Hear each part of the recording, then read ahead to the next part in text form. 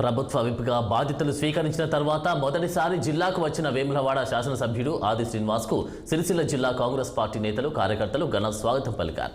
పట్టణంలోని కొండా లక్ష్మణ్ బాపూజీ చెక్పోస్ట్ వద్ద శ్రీనివాస్కు స్వాగతం పలికి బ్రహ్మరథం పట్టారు. మహిళా కాంగ్రెస్ నేతలు కార్యకర్తలు మంగళహారతులతో నీరాజనం పలికారు.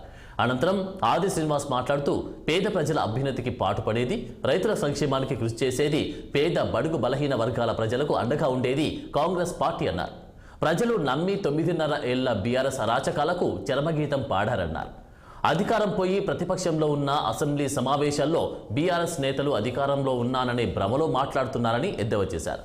గవర్నర్ ప్రసంగాన్ని రాజకీయాలుగా మాట్లాడిన వైనం రాష్ట్ర ప్రజలందరికీ తెలుసన్నారు. పార్టీ ప్రభుత్వ విప్గా ఎంపికైన తర్వాత మొదటిసారిగా రాజన్న సిరిసిల్ల జిల్లా కేంద్రానికి వచ్చిన తరుణంలో మా జిల్లా కాంగ్రెస్ యావత్తు కూడా ఈరోజు ఘనంగా స్వాగతం పలికినట్టు సందర్భంలో పేరున నేను ఈ నాయకత్వానికి ధన్యవాదాలు తెలియజేస్తా ఉన్నాను. పెద్దలు మహేందర్ రెడ్డి గారు, సత్యనారాయణ గౌడ్ గారు, పట్టణాధ్యక్షులు ప్రకాష్ గారు, నరసన్న గారు, సంగీత శ్రీనివాస్ గారు, అదేవిధంగా సిరిసిల్ల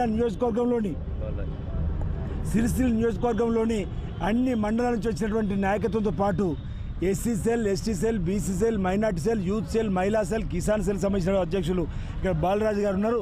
ఇంకా చాలామంది తంగల్పల్లి మండలంలోనే ప్రారంభం కావడం జరిగింది. అక్కడ మండలాధ్యక్షులు కానీ పెద్ద ఎత్తున స్వాగతం తెలియజేసి ఈరోజు నాకు ఆహ్వానించినటువంటి ప్రతి ఒక్కరికి కూడా పేరున ప్రత్యేకమైనటువంటి ధన్యవాదాలు తెలియజేస్తా ఉన్నా.